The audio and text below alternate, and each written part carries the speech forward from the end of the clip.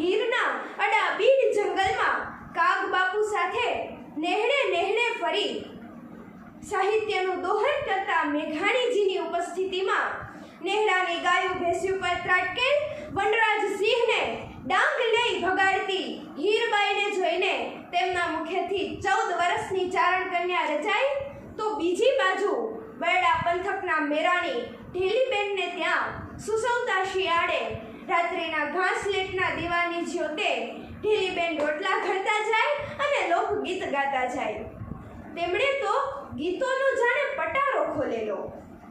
આ લોકગીતોને ઝીલવાનું કામ આખી રાત કરીને ચાંદો ઉગ્યો ચોકમાં, દાદા હો દીકરી, ઝુલણ મોરલી વગેરે રઢિયાળી રાત થકી આપણને આપે એ આપણા મેઘાણી.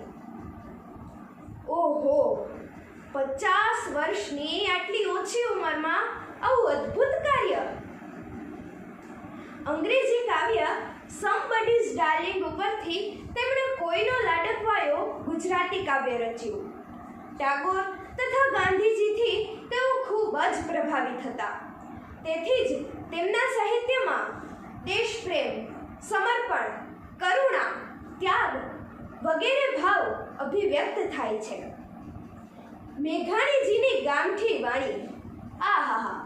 આ વાણિયાનો દીકરો જ્યારે ચારણની સભામાં બોલતો હોય ત્યારે સૌ કોઈ તેને ચારણ જ માની લેતા. ગુજરાતનો કોઈ એવો ડાયરો કે સંતવાણી એવી નહીં હોય કે જેમાં મેઘાણીજીની વાર્તા કે ગીત પ્રસ્તુત ન થયા હોય. તેમનું અત્યંત પ્રસિદ્ધ રચના કસુંબીનો રંગથી જ ડાયરાની સમાપ્તિ થાય છે, ખરું ને? આ તકે મને કહેવું ગમશે, શ્રી રણછોડ મારુજીએ મેઘાણીજી જ્યાં જ્યાં ફરેલા તે તમામ સ્થળોની ફોટોગ્રાફીનું દસ્તાવેજીકરણ કરી તેમના કાર્યને સાચી અંજલિ આપી છે. આઝાદીના જંગના અંતિમ સોપાન સમાન ગોળમેજી પરિષદમાં જતા પૂજ્ય બાપુને છેલ્લે હાથોહાથ તાજી ઉગેલી કવિતા છેલ્લો કટોરો ઝેરનો આપી જજો બાપુ પકડાવી દીધી. અને બસ પછી તો આજની યુવા પેઢી જેમ હાથમાં મોબાઈલ પકડીને આખી દુનિયાને ભૂલી જાય છે, તેમ જ પૂજ્ય બાપુ પણ આ કાવ્ય વાંચી સઘળી વ્યથા ભૂલી ગયા. બાપુએ ઇંગ્લેન્ડમાં ચર્ચિલને આપેલા મશહૂર જવાબ પર આ કાવ્યનો જ પ્રભાવ હતો. તેથી જ તેમણે મેઘાણીજીને રાષ્ટ્રીય શાયર કહીને નવાજ્યા.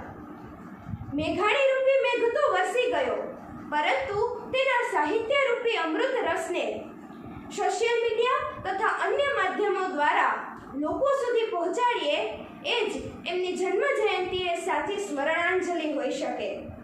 અંતે સાઈરામ દવેના શબ્દોમાં કહું તો, માં શારદાના સમંદરના મરજીવા ખેલંદા, તમને સલામ મેઘાણી, સોરઠની ધીંગી ધરતીના સાવજ જેવા બેટા, તમને સલામ મેઘાણી. અસ્તુ.